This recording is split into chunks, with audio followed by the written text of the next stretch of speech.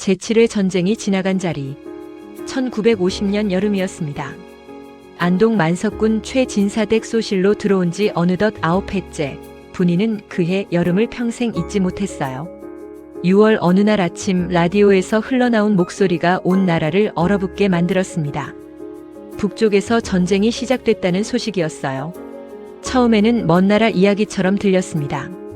하지만 며칠이 지나지 않아 안동 읍내에도 피란민들이 밀려들기 시작했어요. 보따리를 머리에 인 사람들이 줄을 이었습니다. 아이를 등에 업은 어머니들, 지팡이를 짚은 노인들, 무엇을 챙겨야 할지 몰라 빈손으로 온 사람들. 그들의 눈빛은 하나같이 같았어요. 어디로 가야 하는지 모르는 눈빛이었습니다. 최진사는 그날 저녁 사랑채에서 마름 김서방과 하인들을 불러 모았어요. 곳간 문 열어라. 쌀 내오고 된장국 끓일 준비해라. 진사어른, 그러다 우리 식구 양식이 부족해지면 사람이 굶어 죽는 꼴 보면서 곳간 문 잠그고 있을 수는 없다. 그것이 전부였습니다. 최진사댁 넓은 마당에 가마솥 3개가 걸렸어요. 분이는 팔을 걷어붙이고 불을 지폈습니다. 연희도 옆에서 쌀을 씻었어요. 말이 없어도 손은 바빴습니다. 피란민들이 마당으로 들어오기 시작했어요. 처음에는 10명, 20명이었습니다. 며칠이 지나자 100명이 넘었어요. 마당에 자리가 없으면 행랑채 처마 밑에 앉았고 그것도 없으면 대문 밖 길바닥에 앉았습니다. 분이는 밥을 퍼주면서 한 사람 한 사람 얼굴을 보았어요. 아이 손을 꼭 잡은 어머니, 혼자 온 할머니, 다리를 절뚝이는 청년. 그 얼굴들이 분이 가슴속에 박혔습니다. 낯선 얼굴들이었지만 낯설지 않았어요. 저 어머니의 눈빛이, 저 할머니의 굽은 등이 분이 자신이 어릴 때 보았던 것들과 닮아 있었습니다. 소장농 딸로 태어나 굶는 것이 무엇인지, 갈 곳 없는 것이 무엇인지를 분이는 몸으로 알았어요. 그래서 더 퍼줬습니다. 한 숟갈이라도 더. 준식이는 10살이었어요. 학교가 문을 닫은 뒤로 집에 있는 시간이 많아졌습니다. 처음에는 마당 구석에서 피란민들을 멀찍이 바라보기만 했어요.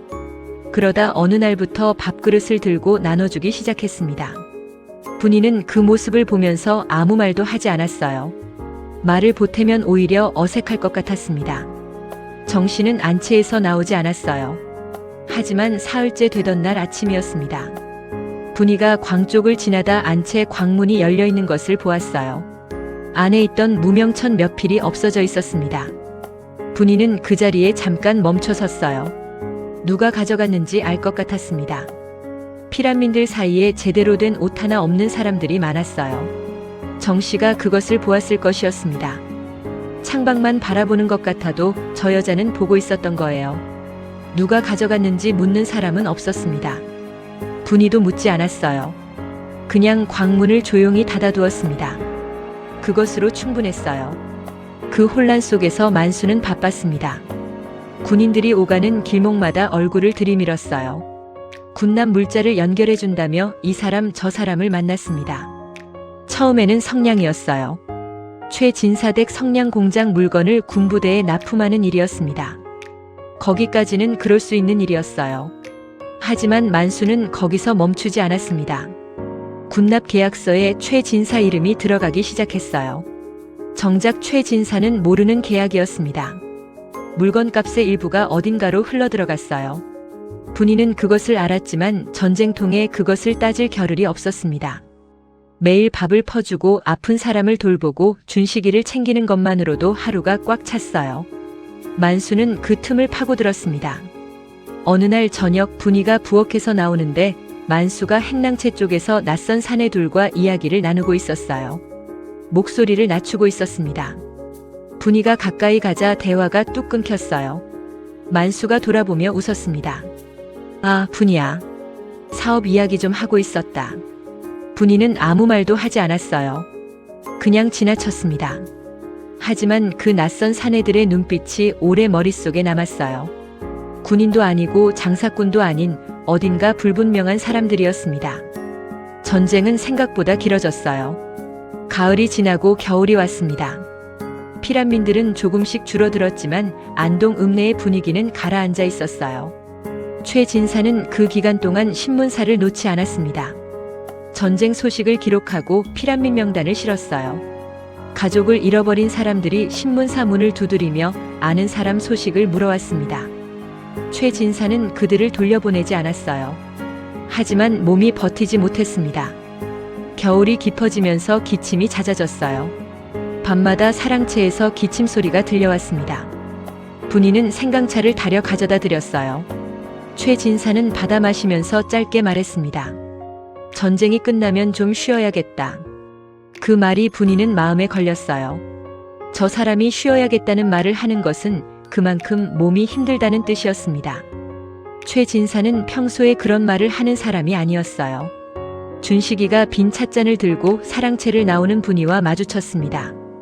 어무이, 아버지 많이 아프나? 괜찮다. 좀 피곤하신 기다. 준식은 고개를 끄덕였어요. 하지만 그 눈빛이 분이의 말을 그대로 믿지 않는다는 것을 분이는 알았습니다. 이 아이는 너무 일찍 세상을 읽었어요. 이듬해 봄 전선이 교착되면서 안동은 조금씩 숨을 돌리기 시작했습니다. 최진사는 그 무렵 오랜 지인들과 다시 만나기 시작했어요. 야당 쪽 사람들이었습니다. 전쟁통에도 이승만 정권의 부정이 계속된다는 이야기가 오갔어요. 최진사의 눈빛에 다시 불이 들어오기 시작했습니다. 분이는 그 눈빛을 보았어요. 반가웠습니다. 저 눈빛이 꺼져 있던 날들이 더 무서웠으니까요.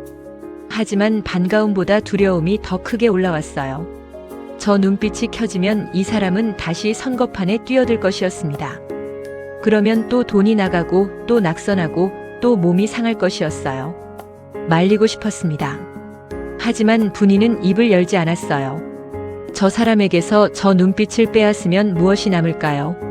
사업도 기울고 몸도 상한 사람에게 저 눈빛마저 없어지면 그게 사는 것인지 분이는 알 수 없었습니다. 그래서 그냥 보았어요.